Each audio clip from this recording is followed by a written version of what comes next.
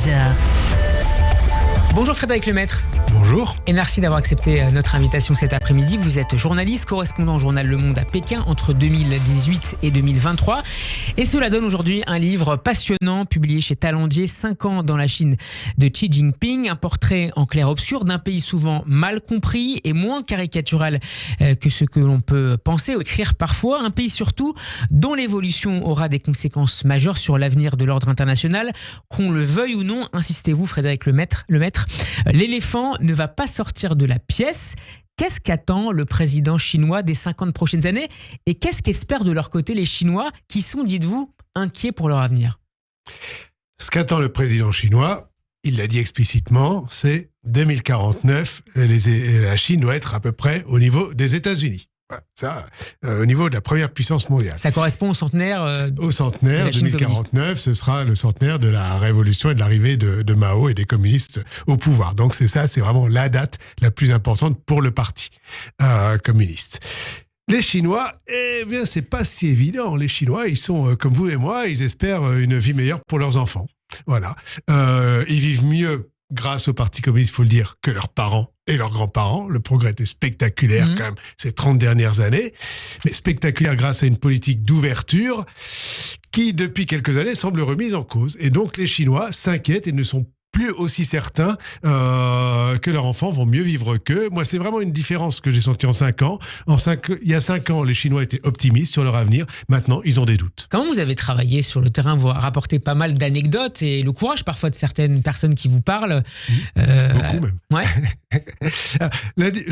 Bon, d'abord, précisons, je ne me suis jamais senti en danger en Chine. Voilà, ça c'est quand même, il faut quand même le dire. Mais vous étiez souvent accompagné. Voilà, j'étais accompagné et surveillé, et quand je ne l'étais pas, mon téléphone l'était pour moi de toute façon, et c'est de mon assistante aussi. Donc voilà, la difficulté effectivement quand on est en Chine, c'est qu'on s'autocensure. Moi, je ne suis plus au début de ma carrière professionnelle, et pourtant c'est la première fois que je m'autocensure pour ne pas mettre en danger mes interlocuteurs. Voilà, de plus en plus de Chinois craignent de parler à la presse étrangère, et parfois ils ont raison de craindre de vous parler parce que ça peut avoir des mesures, il peut y avoir des rétorsions contre elles. Mais néanmoins, dans un pays d'1,4 milliard d'habitants, il y a évidemment des gens courageux, il y a des gens honnêtes et des gens qui ont envie de s'exprimer. La Chine n'est quand même pas la Corée du Nord et on peut quand même parler à des étrangers sans risquer d'aller en prison le soir même, quoi. Donc on arrive à peu près à faire notre boulot. Vous explorez dans le livre le rapport d'extrême méfiance, pour ne pas dire d'hostilité du pouvoir chinois à l'égard de l'Occident. Est-ce qu'on s'inquiète à Pékin d'un éventuel retour de Donald Trump à la Maison-Blanche, désormais grand favori à l'investiture républicaine après sa victoire hier dans l'Iowa? Moi, je pense, évidemment, il ne s'exprime jamais officiellement là-dessus. Je pense qu'il s'en inquiète à court terme et économiquement, puisque Trump avait pris des sanctions, etc. Mais que idéologiquement, ça leur va plutôt. Ils considèrent Biden comme un président faible, et le fait de voir l'Amérique se déchirer et la démocratie américaine vaciller est quelque chose qui ne peut pas fondamentalement déplaire aux dirigeants communistes qui ne cessent de mettre en avant un nouveau modèle qui serait gage de stabilité et de prospérité. Dans le rapport de l'Amérique, cette fois à la Chine, le pouvoir chinois ne voit pas de différence entre l'administration Trump et l'administration Biden, qui toutes les deux ont pris des mesures contre des entreprises chinoises, en l'occurrence Huawei pour Trump, et plus globalement contre certains secteurs pour Biden à partir de l'été 2022. À mon avis, il voit deux différences. Biden n'a pas revenu, comme vous l'avez dit, donc sur les mesures de Trump, mais les a élargies, primo. Et surtout, il a fait il a essayé d'associer tout l'Occident à ces mesures, au lieu de faire America First. Donc, ça, c'est le premier point. Et deuxièmement, l'administration Biden insiste davantage sur les droits de l'homme que l'administration Trump. Donc, on ne peut pas dire que Xi Jinping porte l'administration démocrate dans son cœur, loin de là. Donald Trump, qui avait émis des doutes publiquement dans le passé sur la doctrine de la Chine unie, comment a été accueillie à Pékin la victoire le week-end dernier de Lai, j'espère que je prononce bien, de Lai Ching-te, alias William Lai, je prononce bien aussi, à la présidentielle taïwanaise, victoire du Parti démocratique progressiste, le DDP, et d'un homme connu pour avoir affiché dans le passé une aspiration indépendantiste. Il s'est qualifié de travailleur pragmatique, je souligne, pour l'indépendance. Voilà comment William Lai, c'est-à-dire Lai Ching-te, en taïwanais, se présente.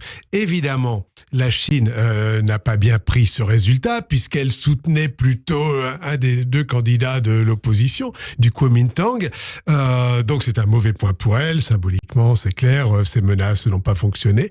Néanmoins, il faut quand même dire qu'il n'y avait pas que les élections présidentielles, il y avait le même jour les élections législatives et l'opposition. Le parti sortant a perdu. Et l'opposition, voilà, est maintenant majoritaire. Donc le président Lai Ching-te va être dans une espèce de cohabitation, pas une cohabitation parce que, en tout cas, il va devoir gérer ça. Il va devoir gérer une relation avec un législatif qui est opposé à ses vues, et donc ça va pas être facile pour lui. Et si la démocratie taïwanaise a des difficultés dans les années à venir, ce n'est pas forcément un mauvais point pour Pékin. Alors dans le livre, Frédéric Lemaître, vous décrivez néanmoins, et c'est particulièrement intéressant, une île, Taïwan, qui ne considère pas plutôt la menace d'une intervention militaire chinoise comme imminente, alors que ça fait la une de tous les journaux occidentaux depuis plusieurs années maintenant. Oui, mais pas des journaux taïwanais. D'ailleurs, bon, évidemment, quand la Chine envoie des avions ou des bateaux de guerre dans l'espace aérien taïwanais, ou en tout cas dans la zone d'identification aérienne taïwanaise, c'est comme ça qu'il faut dire, il faut pas croire que quand on est à Taipei, qu'on lève la tête, on voit des avions chinois. C'est pas vrai. Les Taïwanais n'en voient pas, primo, ni les bateaux. Donc ça, c'est quand même c'est diplomatiquement important, mais sur la vie concrète des Taïwanais, ça ne joue pas. Les Taïwanais, en plus, ça fait longtemps qu'ils ne croient plus à la propagande communiste. Donc quand les communistes disent on est plus fort, on peut attaquer Taïwan demain matin, ils n'y croient pas vraiment. Quand la Chine a dit mais de toute façon Taïwan c'est l'affaire de 48 heures, on a vu que c'est également ce que Poutine a dit en Ukraine, et on voit que ce qu'il en est aujourd'hui. Et par ailleurs, même les experts disent que attaquer Taïwan c'est faisable pour la Chine, mais ça lui coûtera au moins 2 millions d'hommes. C'est quelque chose qui est très compliqué, et Xi Jinping le sait, et il est d'ailleurs très prudent là-dessus. La Chine qui suit évidemment de près la crise en cours au Proche-Orient. Le chef de la diplomatie chinoise était en Égypte dimanche. Il y a appelé une nouvelle fois un cessez-le-feu entre Israël et le Hamas. Comment s'est positionné Pékin depuis les massacres du 7 octobre ? La position était claire, puisque la Chine n'a toujours pas condamné le Hamas depuis le 7 octobre. Le communiqué du 8 octobre émis par Pékin est à ce titre exemplaire, puisque le Hamas n'y figure en aucune lettre. Et un des responsables du Hamas avait indiqué que l'opération serait analysée, examinée par les académies militaires chinoises en vue d'une attaque contre Taïwan. Ah oui, ouais. Oui, ça je ne sais pas, mais... En tout cas, ce qui est évident, c'est que Israël n'a pas condamné le Hamas, et que la Chine n'a pas condamné le Hamas, et que la Chine, par contre, condamne Israël, et clairement là dans le camp des pays arabes et des Palestiniens.